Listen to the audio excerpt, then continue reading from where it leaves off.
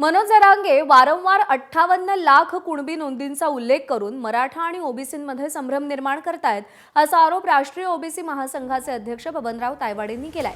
न्यायमूर्ती शिंदे समितीने आजवर राज्यात शोधलेल्या कुणबी मराठा मराठा कुणबी नोंदी या 58,90,155 आहेत। मात्र यामध्ये 37,47,142 नोंदी या जुन्या 1986 ते 2023 दरम्यानच्या आहेत, ज्यांना आधीच ओबीसींचं प्रमाणपत्र मिळालंय असाही दावा त्यांनी केलाय।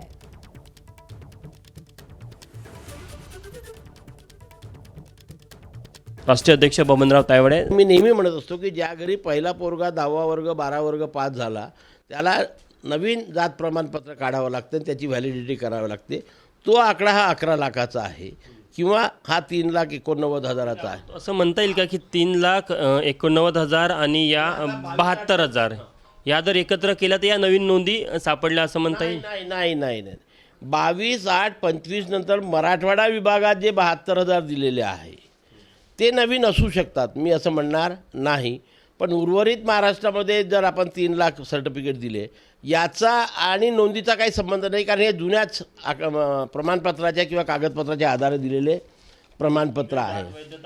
आता आपण तेच आता महत्त्वाचं आहे की जात वैधता प्रमाणपत्र की मराठवाड्यामध्ये जे 3,11,000 प्रमाणपत्र निर्गमित केले 24/10/23 पासून, त्यापैकी व्हॅलिडिटी करता किती लोकांनी अर्ज केले? 20,143 आणि निर्गमित किती झाले? 15,597।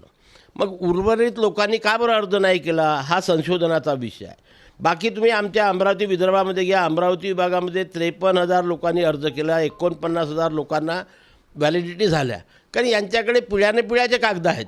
याचा आणि नवीन नोंदी सापडल्या याचा काही संबंध नाही। आता असं म्हणता येईल का की फक्त हे जे 20,000 आपल्याला म्हणजे 15,000 ज्यांना कास्ट वैधता जात वैधता प्रमाणपत्र मिळाले हे नव्यानं असू शकते? नव्याने आलेलं आहे, मी मान्य करतो ना, हे 15,597, पण त्यांच्याकडे कागदपत्र आहेत म्हणून त्यांना व्हॅलिडिटी मिळाली, म्हणून त्यांना खोटे ओबीसी म्हणता येणार नाही, कारण ही सतत चालत आलेली प्रक्रिया आहे। कॅमेरामॅन मिथुन आत्मनेसह तुषार कोहळे, एबीपी माझा, नागपूर।